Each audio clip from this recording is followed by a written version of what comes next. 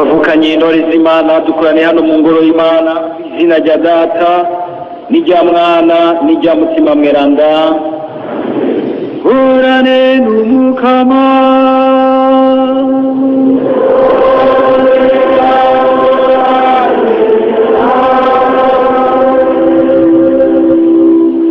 gake neza mwese mwaraye neza mwazinduye neza tubishimira Imana dukomera amashimanga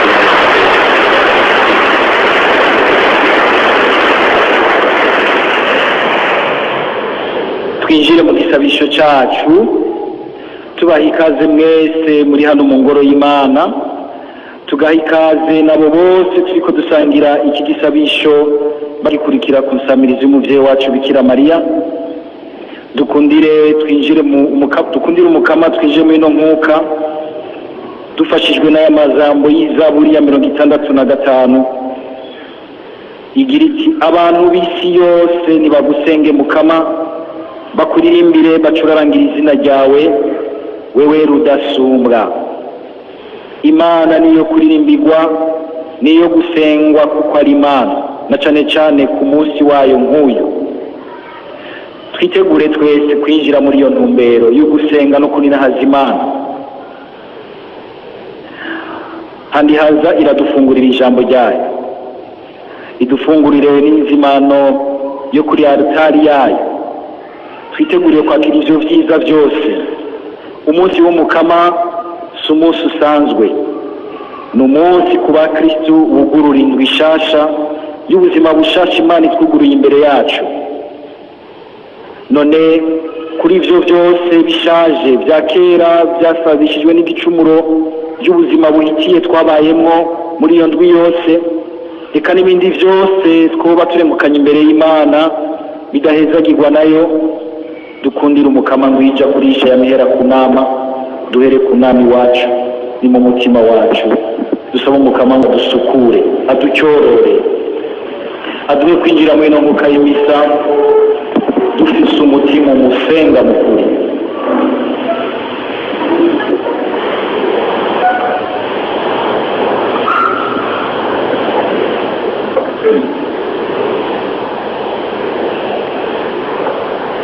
Twinjire mu kuri kose imbere y'Imana, dukure mu mutima mu muzirikanye mu vyiyumviro vyacu ubwiyorobetsi bwose bw'inabi, twigaye mu kuri ntibibe umugirwa gusa uyu mwanya uri imbere y'Imana. Imana irakushikanya imbere yayo,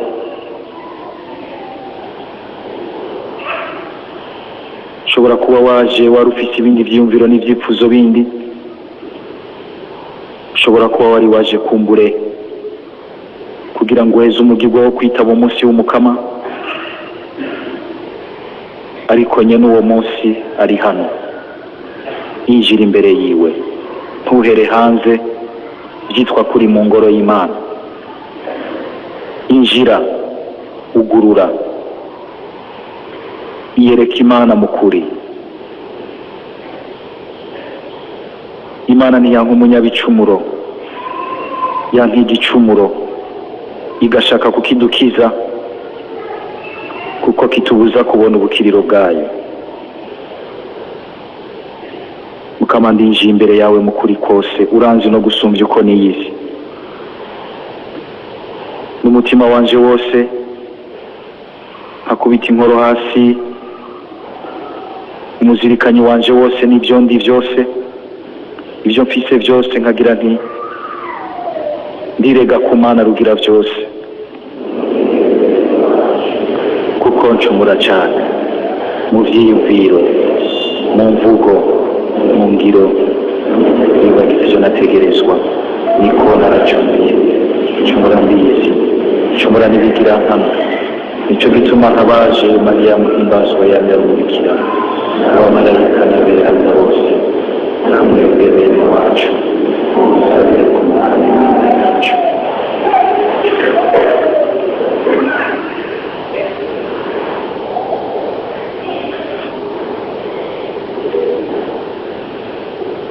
Imana rugira byose nitugirire ikigongwe, idukiza akabi kacu kose, idushikane mu buzima budahera. Dusabe.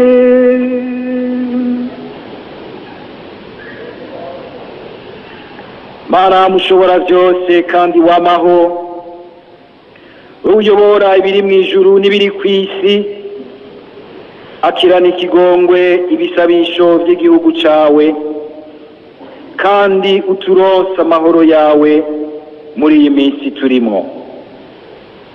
Tubigusabishije Yesu Kristo umwana wawe akaba ari umukama wacu, we Mana musangiye ubuzima n'ingoma, hamwe na mutima mweranda ubure mu myaka yose.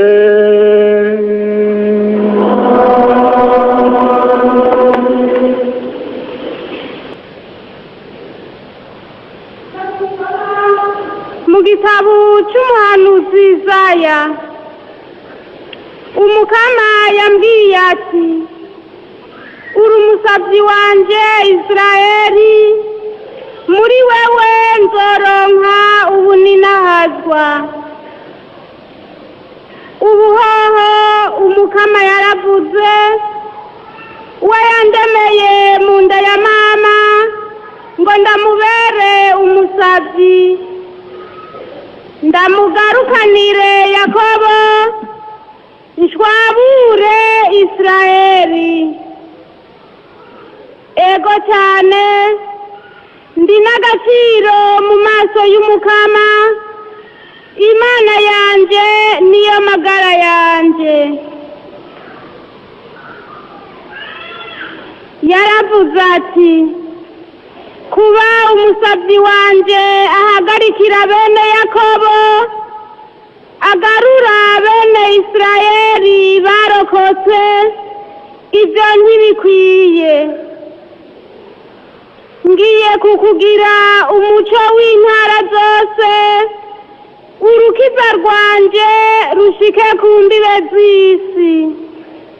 Iryo ni ijambo ry'Imana.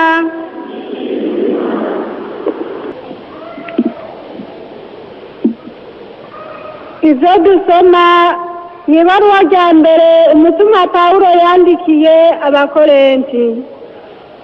Jewe Pawulo, jewe nahamagariwe kuba umutumwa wa Yesu Kristo nk'uko Imana yabishatse. Twe na mwene wacu Sosteni turabandikiye mwebwe ekleziya y'Imana iri Korinti, mwebwe mwatagatifujwe na Yesu Kristo, mwahamagariwe kuba beranda, hamwe n'abo bose bambaza iyo bari hose izina ry'umukama wacu Yesu Kristo, ariwe mukama wabo n'uwacu. Tubifurije inema n'amahoro akomoka ku Mana Data wa twese no ku mukama Yesu Kristo. Iryo ni ijambo ry'Imana. Ora n'umukama,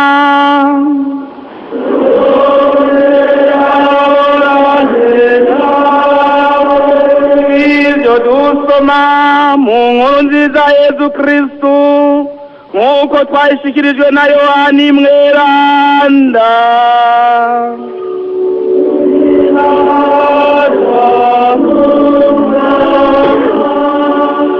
Yohani Batista abonye Yesu aje amwerekeye atavuga ati, Nguyu Umwagazi w'Imana, Nguyu Ukura igicumuro c'isi. Uwo niwe navuze aho nagira nti, mu nyuma zanje haza kuza umuntu anduta, kuko ntarabaho yariho. Na jewe sinari ndamuzi, yamara naje kubatiza mu mazi ngo amenyekane muri Israeli. Yohani yongera avuga ati, nabonye mutima amanuka ava mu ijuru nk'inuma, maze ahagarara kuri we. Nanje nyene sinari ndamuzi, ariko wandungitse kubatiza mu mazi niwe yambwiye ati uwo uzobona mutima yurukiye ko akamuhagararako niwe abatiza muri mutima mweranda. None naravyiboneye nico gituma nemeje ko uyu ari we mwana w'Imana. Dushemeze ijambo ry'Imana.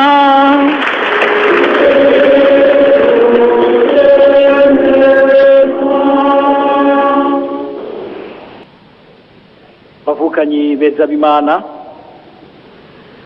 tugerageze gushitsa mu ndiba z'umutima wacu mbere gushika mu musokoro w'amagufa yacu, gushika n'ahandi umugabo aribwa ntiyiyage. Aya majambo y'Imana, amajambo meza cyane, nagomba tuyegeranirize mu kuzirikanamo ibintu bibiri bikomeye twumvise yagarutseko. Ubwa mbere dufatiye kuri iki gisomwa, hari ijambo ryiza twese twotahana hamwe twopfuma twibagira ibindi byose, mugabo iryo ntituryibagire.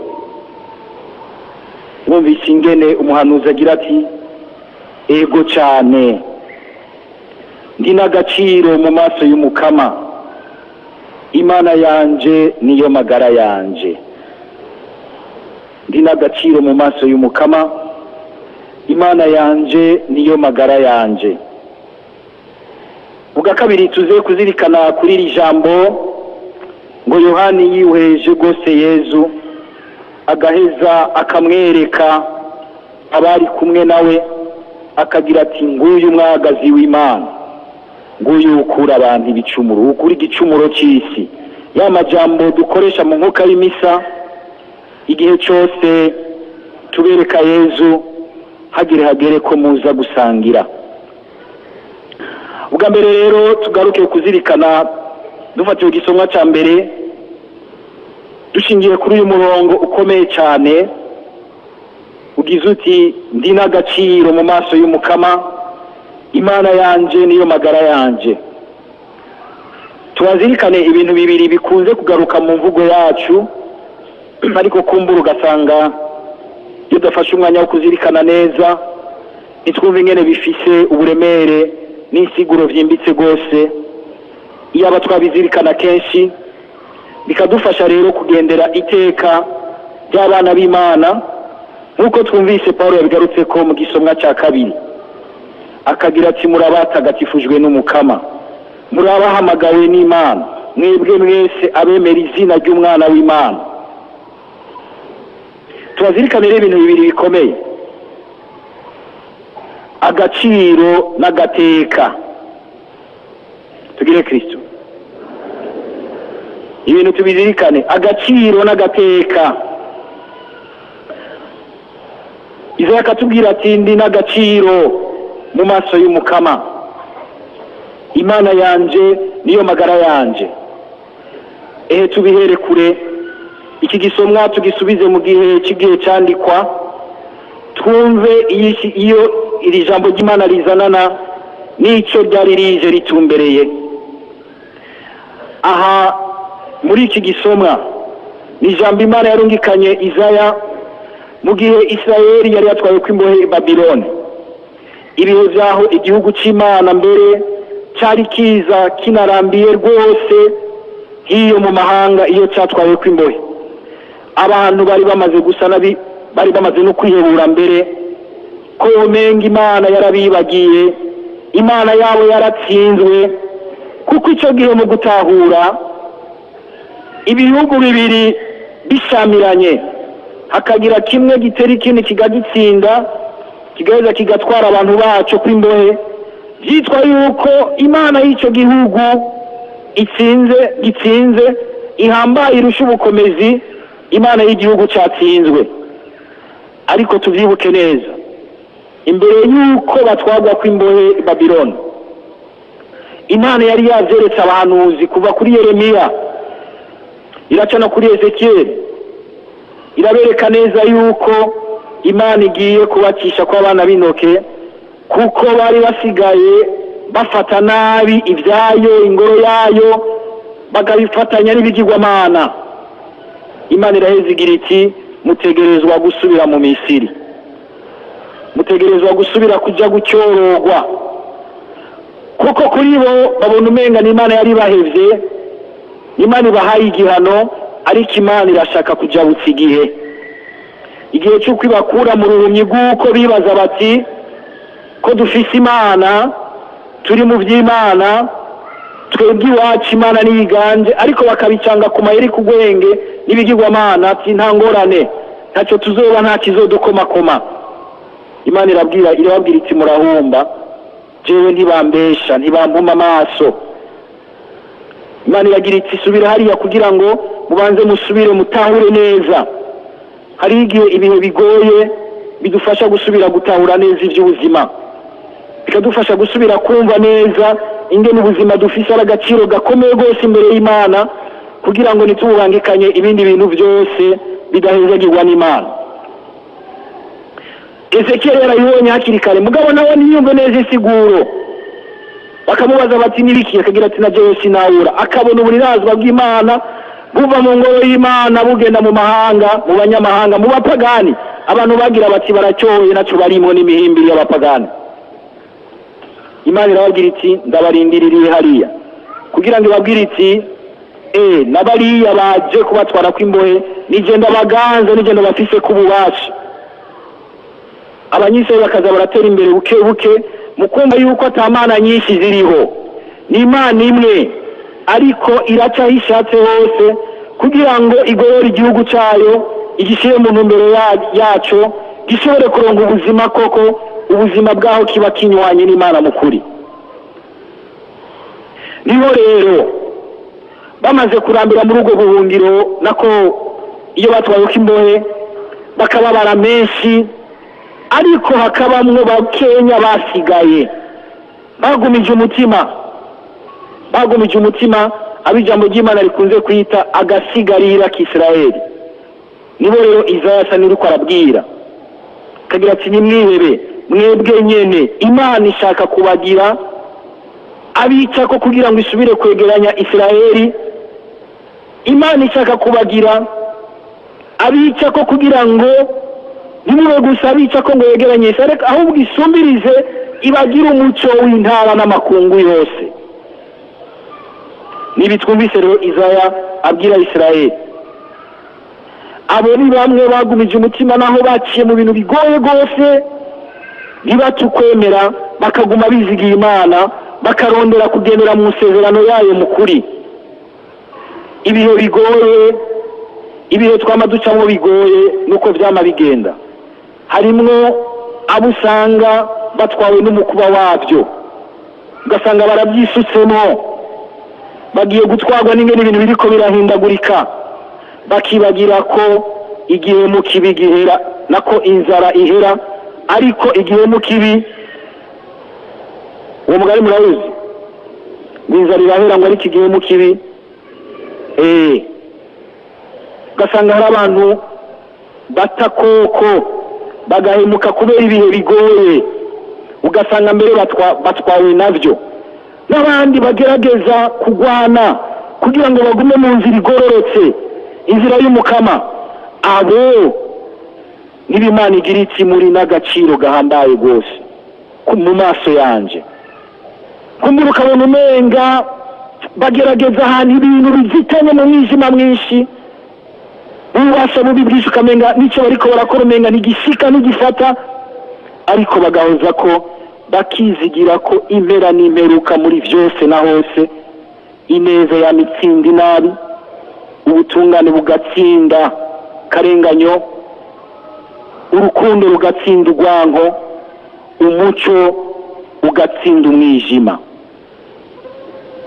Ese muri ibi bihe ducamwo mu gihugu cacu, mwoba muri abo bantu, mukwagwira muri abo bantu, agasigarira kagumiriza neza ubuzima bwose, ubuzima bw'igihugu, ubuzima bw'Ekleziya, ubuzima bw'umuryango w'abantu bose, kugira ngo muteramire igihe gishasha, bene ivyo bihe bigoye n'ibihe vyo kujabutsa ugutahura ubuzima be no gutahura ingene turi mu maso y'Imana. Ako gasigarira Imana ikagira iti muri n'agaciro, mwebwe nyene mwaje gusenga Imana mwirondera mukuri, muri n'agaciro. Nagomba uhindukire urabe mugenzi wawe iruhande yiwe yawe nako umubwira ati uri n'agaciro mu maso y'Imana.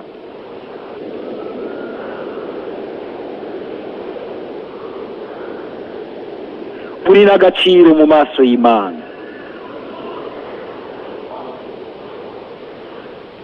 Ngako rero agaciro ka mbere nuko Imana naho bari muri ivyo bihe bigoye, ahantu hagoye, ahantu atateka bafise, ugasanga uri kumuheza mu gitaye ciwe, uri kumuheza sinzi kuri freshera afise canke kumbere kumbure nta freshera agira mugabo kumbure yambaye n'ibitabutse, yambaye ibinyerete mugabo hari nk'akantu hari ingana, arimwo agaciro k'Imana. Ushobora rero kwiheza uwundi ahubwo umwerekeza kuri uyo wa mbere yamwise gaciro, wewe utaranabaho, wewe utaranamubona, utaranamubona. Imana yamwise gaciro. Izaya akavyumvishwa na mutima w'Imana akagira ati ngira agaciro mu maso y'Imana. Ese nawe mutima yo kwamaguha kumva agaciro kawe kandi ukakumva muri mugenzawe, kukumenya kumurabamwo ubwa mbere uyo yamumenye we utaranamumenya, uwo yamuteretse we utaranamumenya. Ni naco gituma kwihenda ugakora aho hantu, ugakora ku gaciro k'Imana, ukamwaka nk'ubuzima cyangwa ukamwicira hejuru, uragaba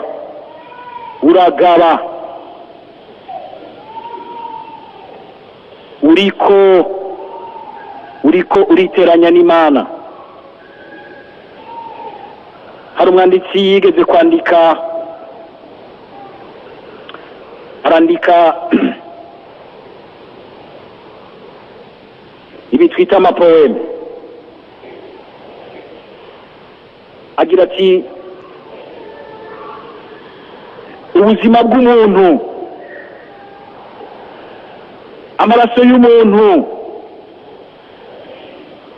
n'amosozi y'Imana, kuyasesa no gukora Imana mu jisho.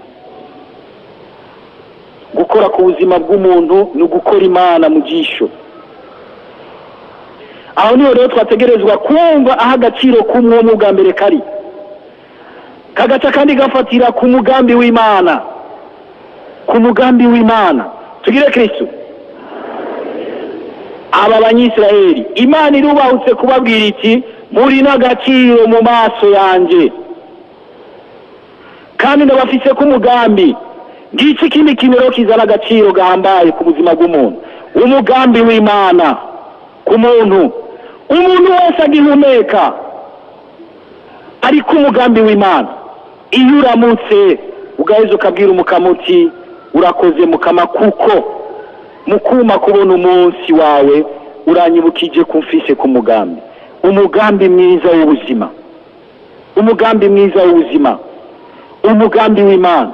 Ntukigere ukengera n'uyo nyarucari umwe kumbure yicaye hajya asigaye dumwa ko n'urusazi, urya muntu Imana irazi igitumi kimuteretse, iramufise ko umugambi wayo, iramufise ko umugambi wayo.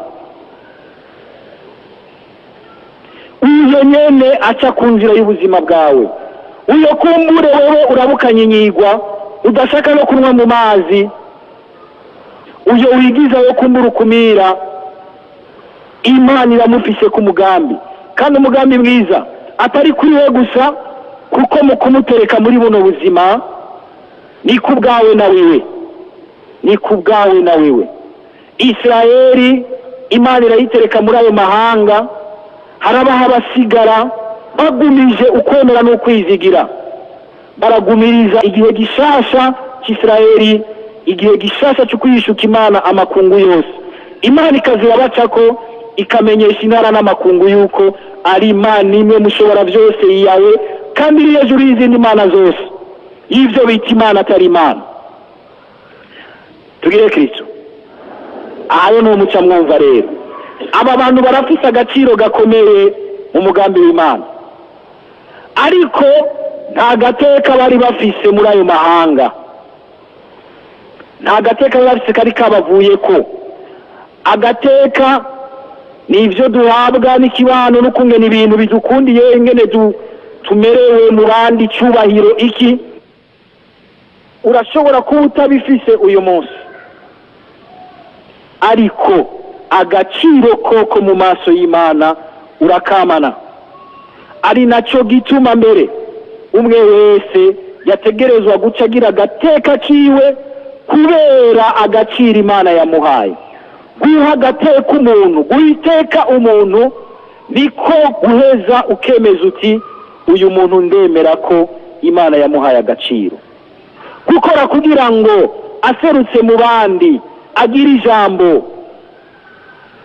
aserutse mu bandi aheze yiyumve, yishire, yizane, agira ubuzima bwiza, atera imbere, ukagwiza agateka kiwe mu bandi, uba uri kuranira Hazimana, uba uri kurabwira Imana uti Mukama, ndazi ko jewe wampaye agaciro, agaciro kanje nuguha iteka uwundi. Umuntu adahiteka mugenzi we abahakanya agaciro kiwe, abahakanya agaciro k'Imana. Agaciro kawe nuguha iteka uwundi, mu guha iteka uwundi uba uri kuragaragaza ko uzi ko ufise agaciro mu maso y'Imana, kandi ko n'uwundi afise agaciro. Esi wacu twoba abantu bahiganwa mu guhana iteka, ntiduhiganwe mu kwamburana iteka, kuko usanga umenga turimwo agapfungu ko gutahura agaciro dufise n'uwundi afise mu buzima bwiwe. Ngaho rero aho twotegerezwa gutahura, bizotugora rwose kumva agateka duha abandi, tegerezwa guha abandi, tutarumva agaciro dufise ngo tumenye kukabona mu wundi. Agaciro rero kuko wagize uw'Imana kandi ukagirwa uw'Imana, bugingo gihumeka Imana ikakugira ku mugambi wayo, ku bwawe no ku bw'ubuzima. Aha rero niho bica bidufasha kumva yuko ako gateka nako ako gaciro ko kuba uwashushanijwe n'Imana, ukongera kandi ukaba umwana w'Imana n'ibatisimu, ukaba samuragwa mu nzu kwa Data kumwe na Yesu Kristo, ukaba ingoro ya mutima mweranda, ukabyumva mu bandi, ugaca ubitwara muri bwa buranga bundi, ukabitwara mu bwoko bwawe, ukabitwara mu mugambwe wawe, ukabitwara muri quartier hariya mu muhana, ukabitwara ku murimo wawe, bikaguserukamwo mu kungene uhiteka uwundi, mu kungene ubona iteka ry'uwundi, ukagwana kugira ngo iteka ry'uwundi risonegwe. Ikimenyamenya cy'uko wubaha Imana. Umuntu adatanga iteka ku bandi ntiyubaha Imana, ntazi kumva agaciro k'icyari, natwaye muri we icyubahiro cy'Imana. Ngibi rero ibyo Izaya yatubwiye. Gutyo rero mu guha agateka uwundi kubera agaciro Imana yamwihereye, uzoba uri kuraba umuco w'abandi, uzoba uri kuraba umuco w'intara, kuko burya icyiza dukoze iyi si intara zose ziragihumeka. Tugire Kristo. Uyu munsi ngira ngo ibintu turabyumva. Icyiza dukoze, ushobora kwibaza uti nta binyamakuru byakivuze, Radio Maria so yaririmbwe igisamirize, televiziyo y'igihugu so yaririmbwe igisamirize, icyo kigaragaza icyerekane, ariko isi yagihumetse, ubuzima bwagihumetse. Aha iyi si yacu, ubuzima bwacu ntimwibaze ko buhagaze ubwa mbere ku bantu b'ibiguvu byinshi, buhagaze ubwa mbere ku bantu bahumeka ineza. No muri izo nguvu hakabamo inguvu z'ineza. Ni nk'uko igihe dukoze ikibi, hari abantu dukora ikibi ugasanga tugira tuti ntacyo ko atawutubona. Oya, yego niwabonye n'umuntu mugabo urasutse icyuka kibi muri ubu buzima, uri kurona n'ibidukikije. Kuko sinzi ko murazirikana neza igitabo cy'amamuko, ingene ivy'Imana yaremye biserukirwa n'umuntu, bicuditse rwose n'umuntu. Umuntu amaze gucumura ibintu bigaca bimwankira, bigaca bitandukirwa. Aberanda b'Imana nimwe mutumye ubuzima bugihagaze, muragahezagirwa n'Imana. Mwa ntungane z'Imana nimwe mutumye ubuzima bugihagaze. Natwe ariko rero kumbure twisanze hari igihe usanga turekurira imyuka mibi y'ukutamenya agaciro kacu no guhiteka abandi. Tugerageze kwinjira muri uyo mucyo. Iri jambo ry'Imana rije kugira ngo risubire rikwibutse bugingo gihumeka n'ibiratakara rwose. Hariho umugambi Imana ikigufiseko, naho kumbure atateka rinini ufise mu kibano, agaciro bagafise kandi ubushobozi bw'ineza buri muri wewe. Ugaheza ukagira uti ubu ndatahura aho ubuzima bwanje bushingiye imizi, aho bushingiye agaciro. Ubwa kabiri tuzirikane iri jambo gatonya Yezu nako Yohani yerekanye Yezu akamwita ati nguyu umwagazi w'Imana, nguyu ukura igicumuro cy'isi. Ngo Yohani yari yaheje kubatiriza Yezu, ngo akamubona aje, ngo nawe nyene yabifashijwe na mutima mweranda. Kuko uko biyumvira Mesiya ntibamwiyumvira nk'umwagazi, bamwiyumvira nk'umwami, umuntu aje afite ingabo zikomeye cyane aje kubakura ko abaromani. Ariko Yohani mutima akamushiramo akamubwira ati nguyu umwagazi w'Imana, nguyu ukura igicumuro cy'isi. Iri jambo ry'umwagazi Yohani yitiriye Yezu rirahambaye cyane. Iyo turivuze mu mwuka y'imisa sinzi ko dutahura neza ibyo tuba tuvuze. Ubukiriro bwacu nitwaburonse buciye mu shushanyo y'ifarasi, y'intambwe, igikoko, nubwo Yezu kandi bamwita ngo ni intambwe y'umuryango wa Yuda. Ariko igihe kigeze mutima akamugaragaza nk'umwagazi w'Imana, akagazi k'Imana, akantu atacaha, akantu kakiri kose, akantu kuzuye, mbere ikintu kumenga ni nk'urukundo, tendresse.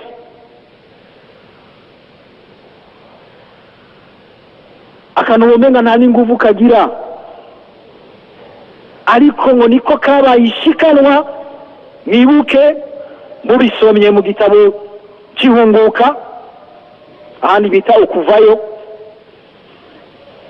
mu kigabane cya 12, ingene Imana igira iti amaraso y'umwagazi ngo niyo muzoshira ku bishimajyango by'inzu kandi niyo azobakiza.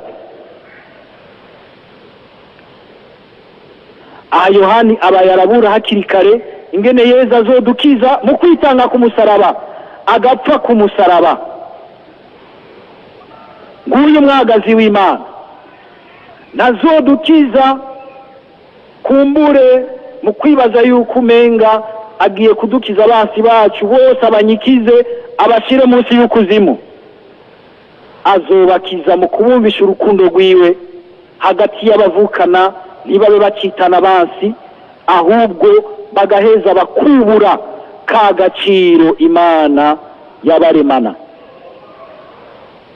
Tugire Kristo ubwo turi kumwe. Ego n'abantu bariko barabyemera mu gutura ingiga, mu vyemere mu ndaba.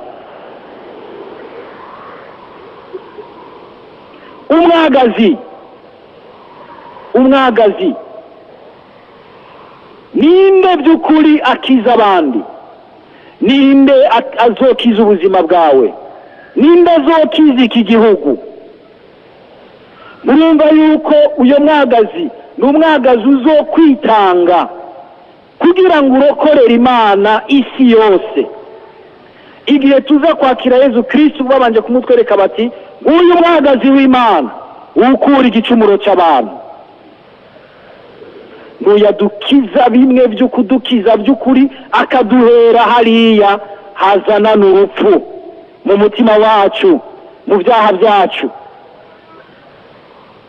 Umwagazi w'Imana Patiri akagira ati nguyu mwagazi w'Imana. Hari wangamwe iyo bagize Patiri ageze aho agira ati nguyu mwagazi w'Imana, uzubona basohoka bataha, ukamenga bumvise ngo ngwaho umwagazi w'Imana. Mwagazi ntabwo uteye nguyu mwagazi w'Imana yagira ati barahiriwe abatumire b'Imana, ukamenga arabumvise bati barahiriwe abatumire b'Imana ngo ngwaho umwagazi w'Imana, ukabona basohoka bagenda.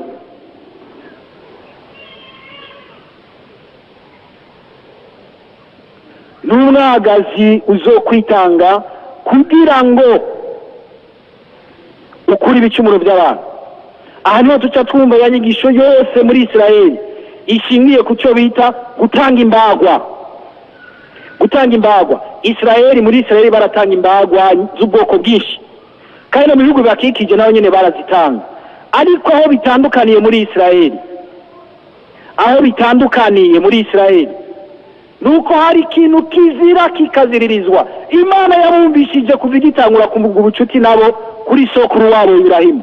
Muri buki gihe Imana isaba Ibrahimu iki? Mpereza umuhungu wawe. Ibrahimu akagenda agira muhereza, Imana ikagira iki? Nabonye urukundo rwawe ufitiye, nabonye ingene unyizigiye, ntiwirigwe urica umwana wawe, kuko jewe ntakunda imbagwa z'amaraso y'abantu, ahubwo ariyo mbere izotanga umwana wayo kwimbagwa kugira ngo arokora abantu. Tugire Kristo. Icara neza munkurikire, ngomba mvuga ibintu bikomeye cyane. Mu ndabe naho nari très sympathique, ngomba mvuga ibintu biri très sympathique bikomeye gose.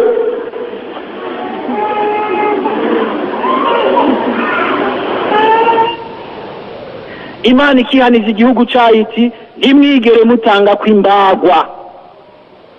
Abantu, abana baciye basubirizwa ibikoko, bagahereza ibikoko mu kibanza cy'abantu, kuko murazi ko no mu mici mwimwe y'abantu hariho abantu usanga batangwa kwimbagwa.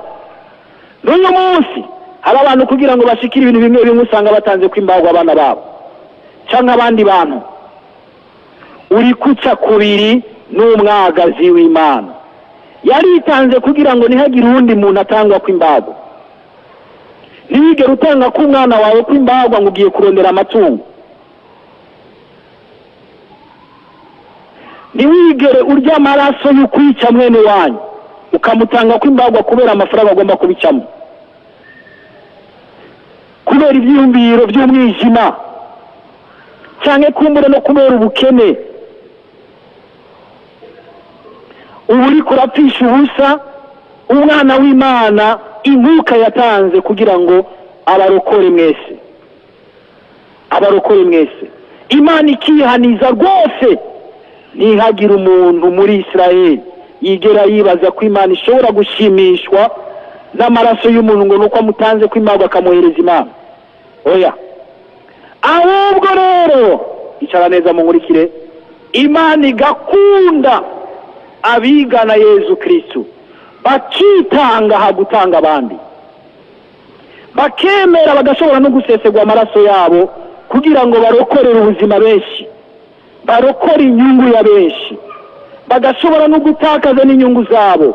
Mugabo bagira bati hari inyungu ya benshi, hari ukwishira no kwizana kwa benshi, hari iterambere ry'abandi ndiko ndatunukira, hari ugukira kw'abandi benshi ndiko nditangira.